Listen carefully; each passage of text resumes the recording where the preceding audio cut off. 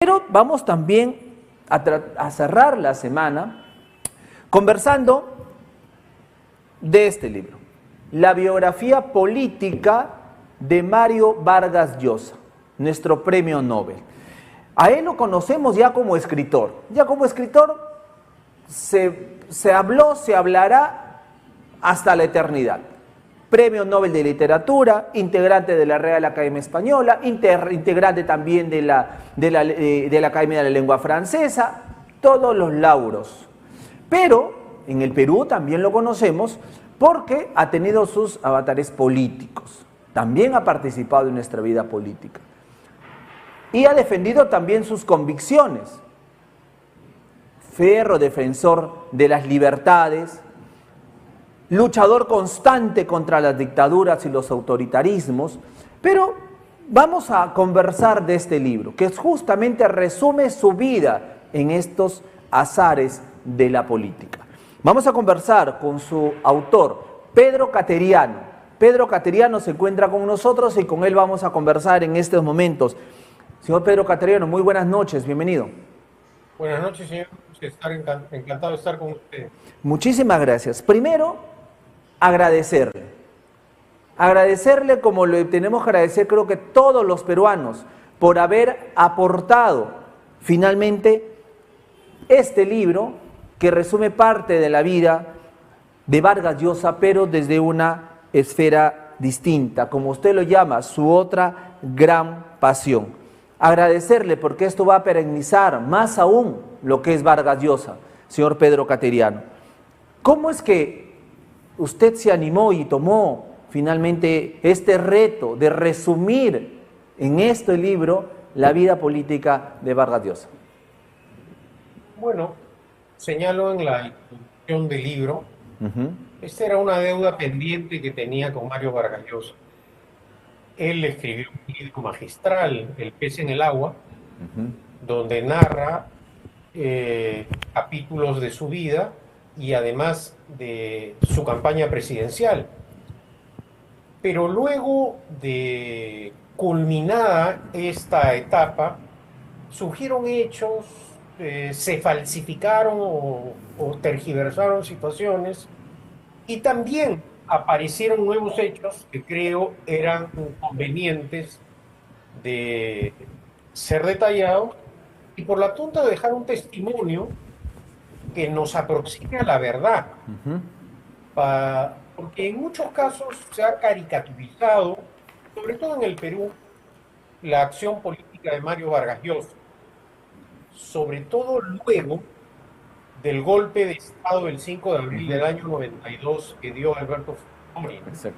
Exacto. Entonces,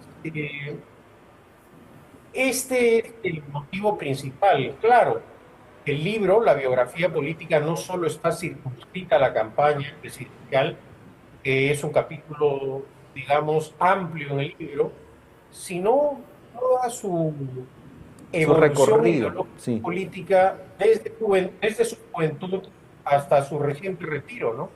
Efectivamente, usted hace un recorrido de esta vida política de Vargas Llosa y hay que resaltar lo siguiente, sus posiciones iniciales de Vargas Llosa, sus posiciones iniciales cercanas a la izquierda.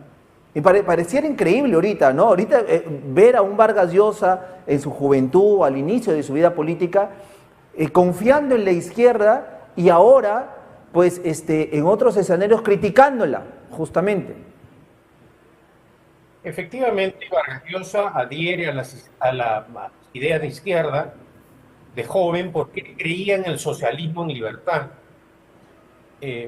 Su primer contacto, digamos, con la compleja realidad política y social del Perú se da en el Colegio Leoncio Prado, cuando él se acerca a esto que se ha llamado el microcosmos del Perú, ¿no? Ahí toma conciencia cabal de la realidad nacional. Pero luego ya cuando ingresa a la universidad, él va a incorporarse a una célula comunista, la célula Cahuide. Y precisamente en esa etapa es un hombre de acción política, pero no concuerda con sus ideales de socialismo y libertad el adoctrinamiento marxista-leninista que recibía en la selva. Él se sentía asfixiado ideológicamente porque no era compatible ese adoctrinamiento o lavada de cabeza con la libertad que debía tener un escritor de pensamiento, de opinión, de expresión. Y poco a poco él se fue convenciendo que ese no era el socialismo en libertad en el que creía. Y ya cuando toma conciencia cabal de ello, renuncia al grupo Cahuide. Y se fue a la democracia cristiana, pero yo quisiera leer, si me permite, por favor, y tengo su autorización, leer algunos fragmentos, si me lo permite, por favor. Claro que sí. Del entusiasmo a la decepción. El triunfo de la Revolución Cubana lo impactó desde el primer momento, hablamos de Vargas Llosa. Interpretó que ese era el movimiento político cuya implantación había soñado para el Perú y el resto de América, para conseguir la justicia social y el socialismo en libertad en el que creía firmemente. Entonces se adhirió públicamente al régimen encabezado por Fidel Castro.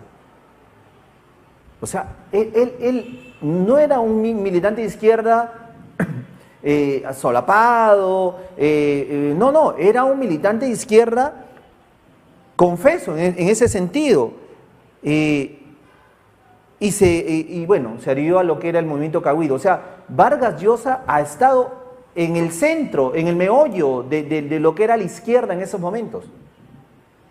Exactamente. Y como lo señala el libro, él creía que esta revolución cubana liderada por Fidel Castro iba a implantar la justicia social y el socialismo en libertad en el que creía.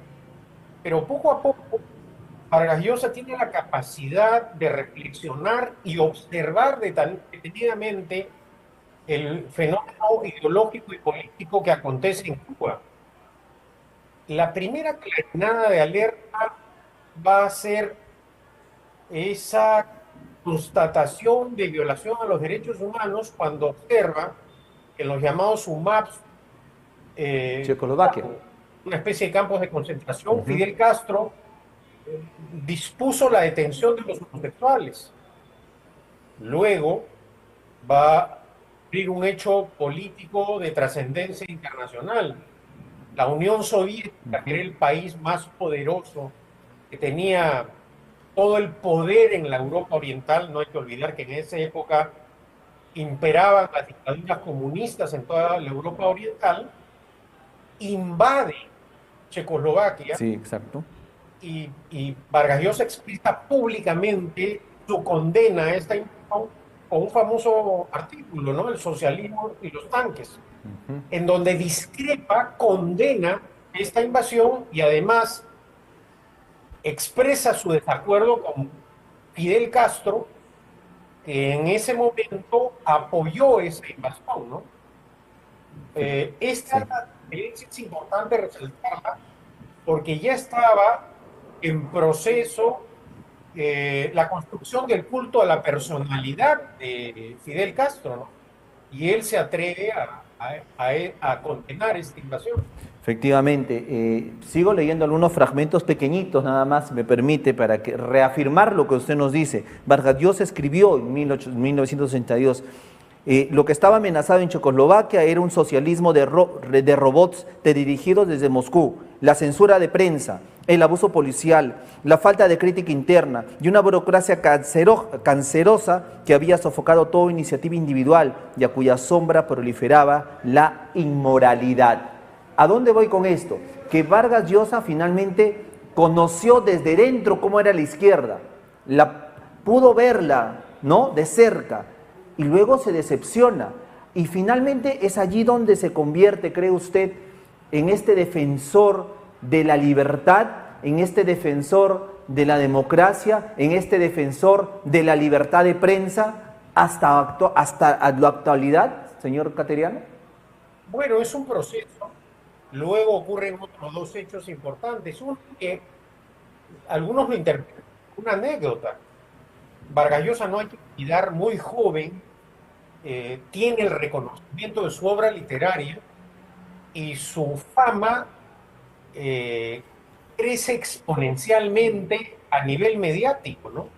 Y cuando obtiene el premio Rómulo Gallegos, se le sugiere que la cantidad de dinero que iba a recibir la donara públicamente a la causa de la Constitución cubana, pero ellos luego por lo bajo le iban a devolver este dinero. Esta propuesta ilegal, indecente, también lo conmueve, es decir, Vargas Llosa dice que es la justicia social por la cual estoy luchando, y finalmente el punto de quiebre, el rompimiento ya definitivo con la Revolución Cubana va a ser cuando ocurre el famoso sometimiento al poeta cubano Eberto Padilla, ¿no? En Claro, donde el ya asesinato. definitivamente Vargas Llosa rompe con la dictadura de Fidel Castro. Definitivamente, definitivamente.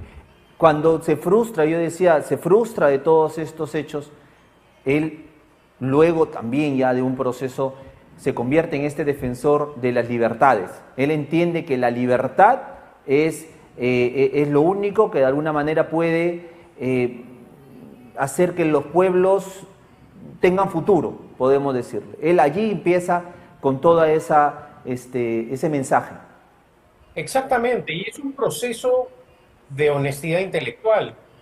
En el libro también formulo este planteamiento, ¿no? Cómo genios literarios como Vargas Llosa y Octavio Paz pudieron observar y apreciar estas criminales acciones de la dictadura cubana, la violación a los derechos humanos, y otros dos genios literarios, Gabriel García Márquez y Octavio Paz, no. Y es precisamente Exacto. esta honestidad intelectual lo que lo lleva a recapacitar. Y va a ser su estada en Francia la que lo empieza a cambiar ideológica y políticamente.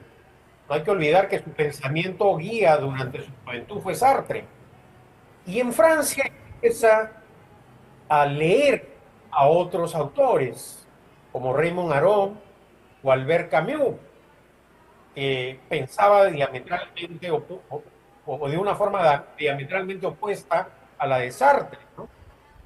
Y es ahí donde esa reflexión, esa constatación de hechos, esa capacidad para observar también la acción política que lo empieza a digamos, lo obliga a tener una meditación intelectual y poco a poco se va alejando ya de su adhesión a esas ideas socialistas, ¿no? Efectivamente. Eh, todo la- Recordamos dentro de esta vida política la contienda que tuvo con Alberto Fujimori. Y para muchos, Vargas Llosa pierde esa elección por decir la verdad. Hecho totalmente contradictorio, aunque suene contradictorio, es así. Por haber dicho la verdad, el señor Vargas Llosa dejó de ser presidente con este movimiento Libertad, del cual usted también formó parte, ¿no? Entonces, ahí va la interrogante.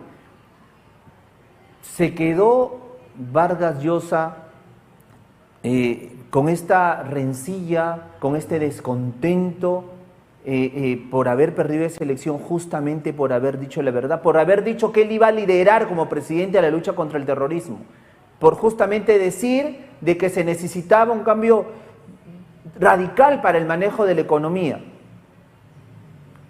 ¿Se sintió frustrado Vargas Yo Llosa? creo que hay varios aspectos que trato precisamente, ¿no?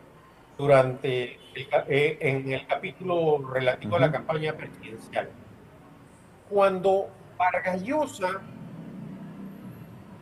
gana la primera vuelta, García le ofrece un pacto de impunidad que Vargas Llosa no acepta, porque ya desde ese momento él era consciente que la corrupción era uno de los grandes daños que afectaban a la democracia cubana.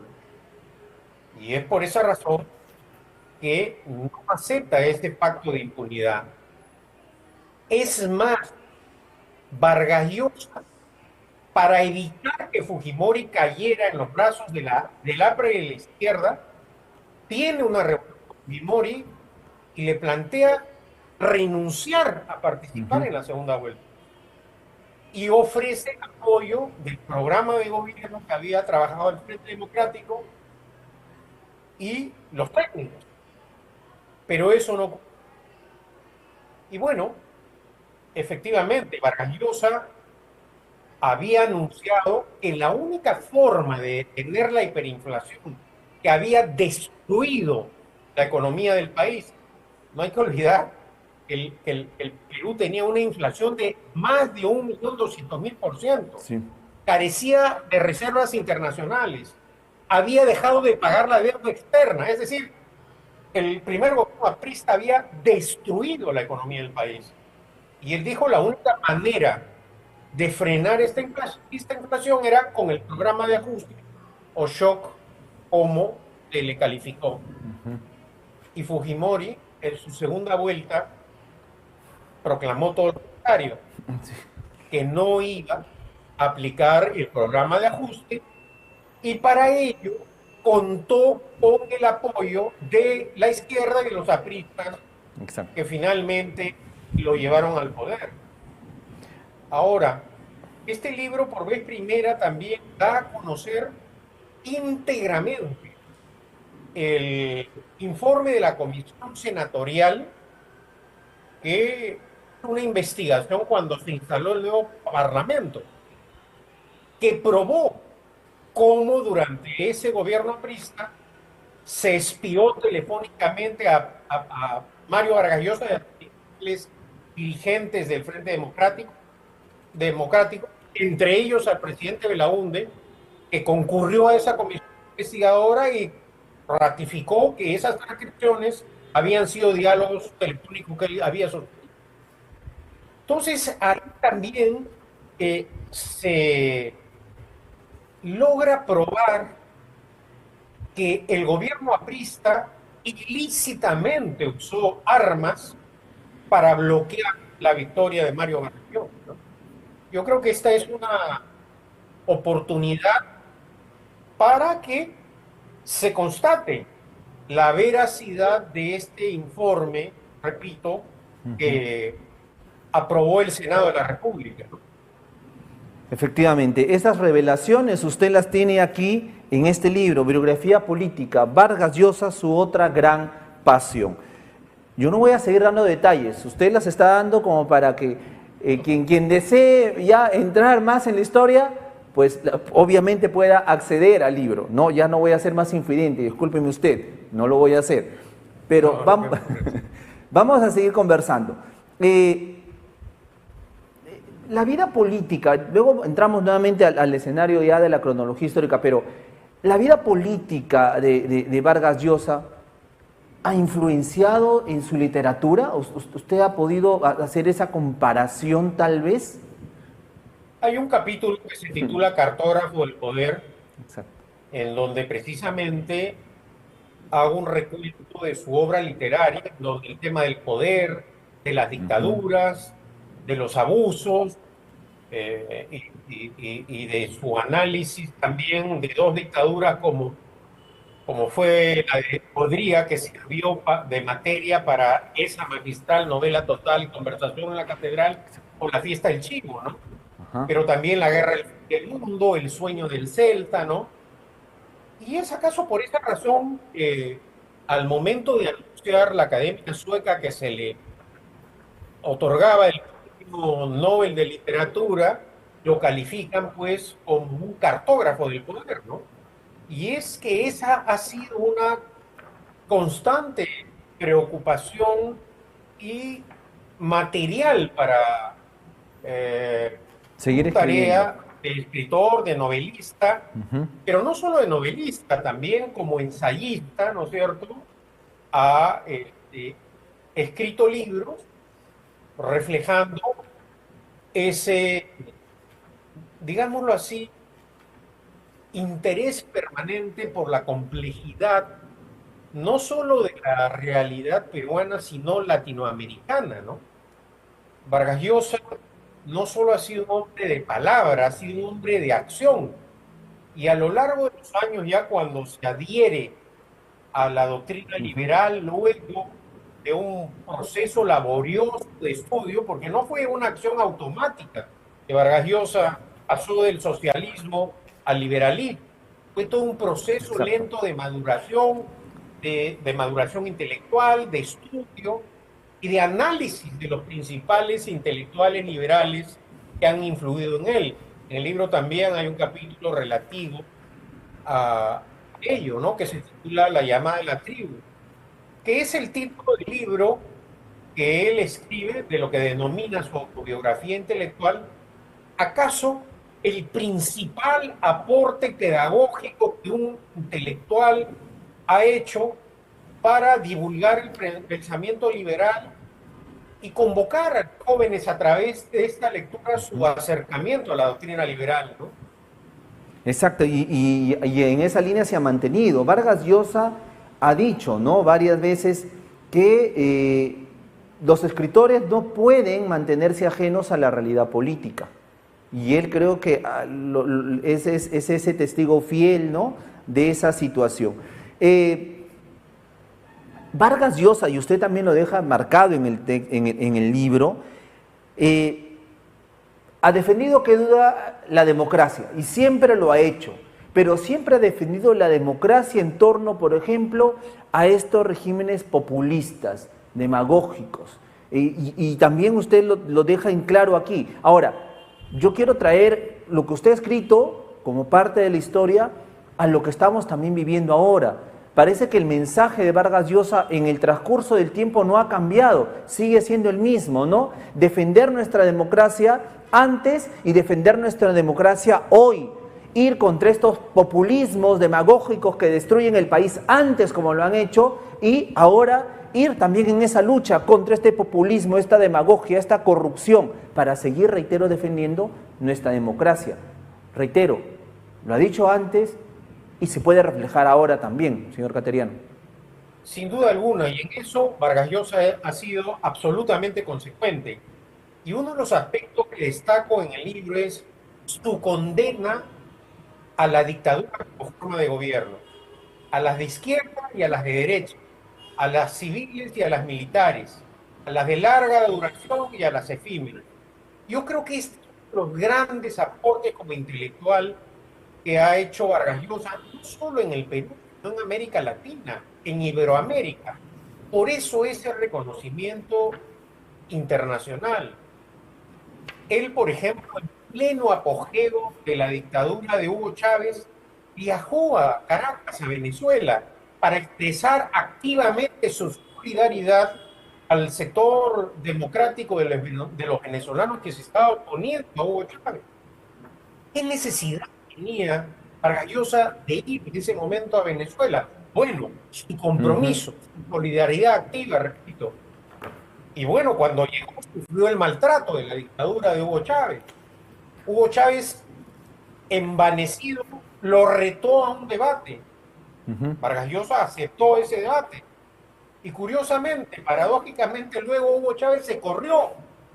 Entonces, también hay que destacar no solo su honestidad intelectual, sino su valentía, ¿no?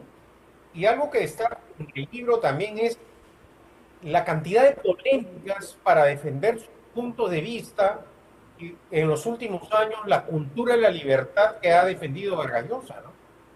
Efectivamente, y usted lo destaca aquí también en el libro, ¿no? Cuando justamente Hugo Chávez retó inesperadamente a un debate a Mario Vargas Llosa, y este obviamente había ido de visita a ese país, y usted destaca acá que Hugo Chávez obviamente tenía el control total, el control mediático y escénico finalmente, pero no se dio este debate.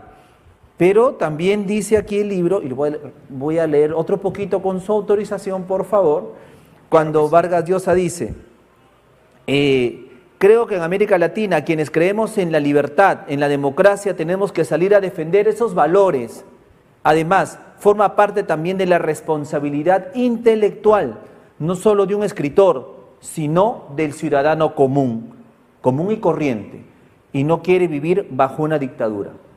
Señor Cateriano, voy a volver a leer este párrafo y luego viene mi interrogante. Esto lo dice Vargas Llosa, 2009, si no me equivoco, ¿verdad? Creo que en América Latina, quienes creemos en la libertad, en la democracia, tenemos que salir a defender esos valores. Además, forma parte también de la responsabilidad intelectual, no solo de un escritor, sino del ciudadano común y corriente que no quiere vivir bajo una dictadura. Esto lo dijo el año 2009.